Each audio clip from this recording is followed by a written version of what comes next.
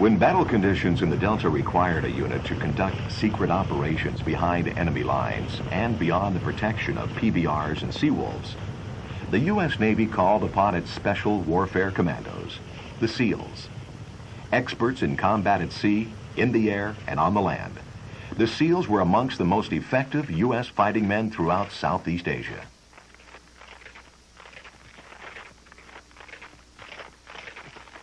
The waters in the mud of the Mekong River Delta made the movement of U.S. ground troops extremely difficult.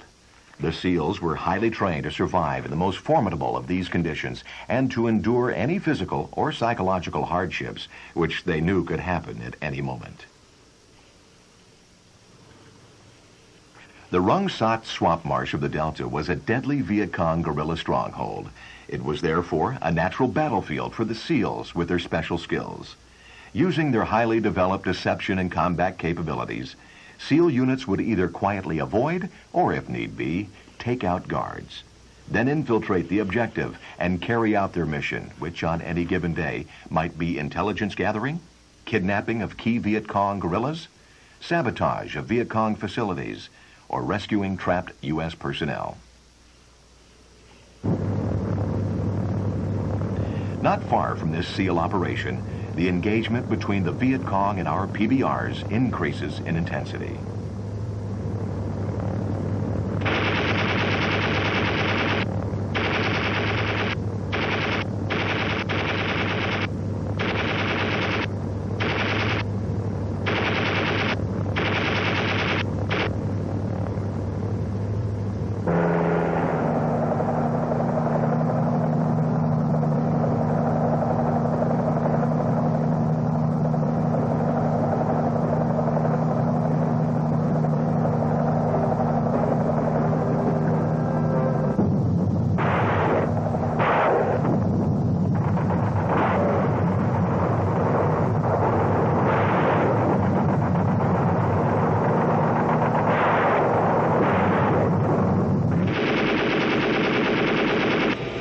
Despite the Seawolves' aerial firepower, the Vietcong fearlessly direct their small arms weapons skyward. One well-placed Vietcong bullet which hits the helicopter's engine, flight control linkages, or fuel tank can send it and the crew plummeting to the ground below, trapped behind enemy lines. The downing of a Seawolf brings about a quick retaliatory reaction from the PBRs.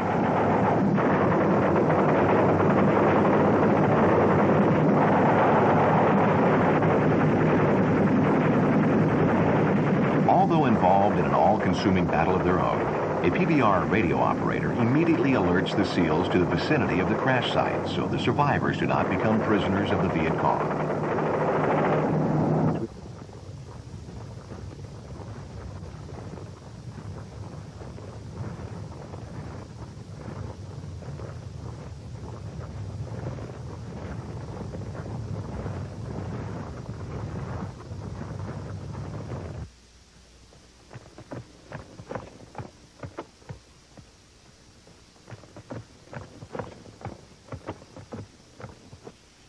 The SEALs find the Seawolf's crew before the Vietcong do, but some members are severely injured and cannot be easily moved.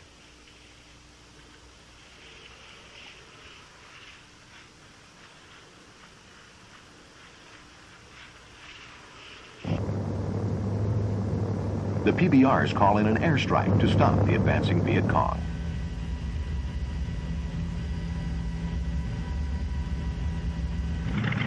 The Navy's Douglas A-1 Skyraider was perfect for this close air support mission. Although seeming somewhat out of date when seen sharing carrier deck space with the more sleek and sophisticated jets, the A-1's heavy weapons load of rockets and bombs, all-weather flight capability, and basic dependable ruggedness earned it an illustrious career, not only with the Navy, but also with the U.S. and Vietnamese Air Forces as well.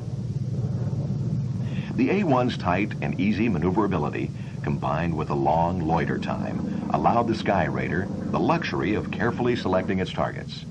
The aviator could then safely drop ordnance to within 50 feet of friendlies, which is just what the PBRs and SEALs need right now.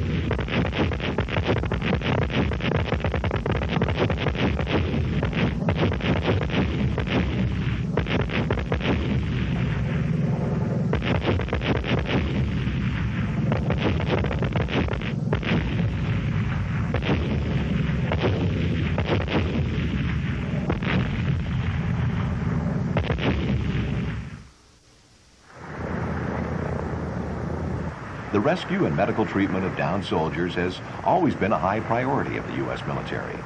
This is one major factor why the American soldier has been and continues to be so effective in battle. A mobile riverine force search and destroy mission, such as the one presented here, was the Navy's primary response to the ever-present but invisible Vietcong guerrillas operating in the Mekong River Delta. Requiring expertly trained men and special equipment, the Navy was successful in preventing the Vietcong from using the waterways and canals freely. This engagement was typical of the countless Delta engagements which occurred throughout the years of the Vietnam conflict. A lone firefight is but a small footnote in the long history of a war, but each is certain to be forever remembered by the soldiers who fought in them.